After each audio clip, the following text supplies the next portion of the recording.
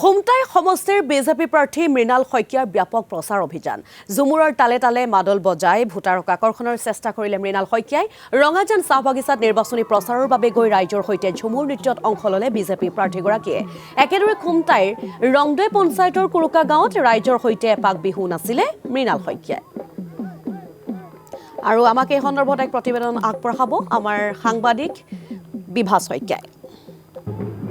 ৰূপত দেখা পোৱা গৈছে যে ভাৰতীয় জনতা পাৰ্টিৰ প্ৰাৰ্থী মৃণাল শইকীয়াৰ ৰঙাজান চাহ বাগিচাৰ মাজে মাজে ৰেলী কৰা দেখা পোৱা গৈছে। মই পৰিৱেশটো দেখুৱাইছো যি খুমটাই ভাৰতীয় জনতা পাৰ্টীৰ মৃণাল শইকীয়াই এতিয়া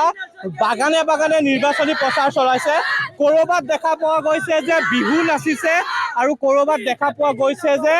যি ঝুমুৰ নচা দেখা পোৱা গৈছে। মই প্ৰথমে নিৰ্বাচনী প্ৰচাৰ চলাইছে। আমি এতিয়া সকলোৱে জানো যে এতিয়া উন্নয়নৰ পথ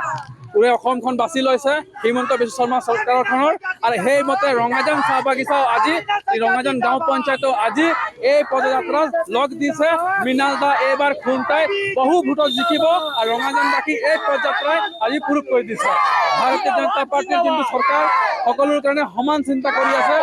প্ৰত্যেকজন ৰাইজৰ কাৰণে ভাল চিন্তা কৰি আছে আৰু সেইকাৰণে আজি এই যাত্ৰাত আমি ৰঙাজানবাসী ৰাইজ ৰঙাজান গাঁও পঞ্চায়ত সম্পূৰ্ণভাৱে এই ৰঙাজানত নতুনকৈ আকৌ এবাৰ আমি হিমন্ত চৰকাৰ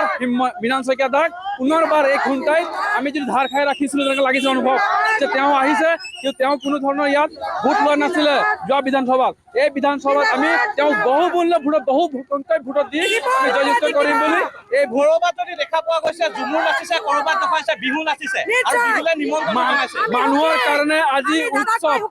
মানুহৰ আমি দাদাক পাই সুখী মৃণাল দাক পাই আমি সুখী আমি তেখেতক বিচাৰো সেইকাৰণে আমাৰ আজি চাহ শ্ৰমিকে দলে বলে ওলাইছে কি ক'ব এই ক্ষেত্ৰত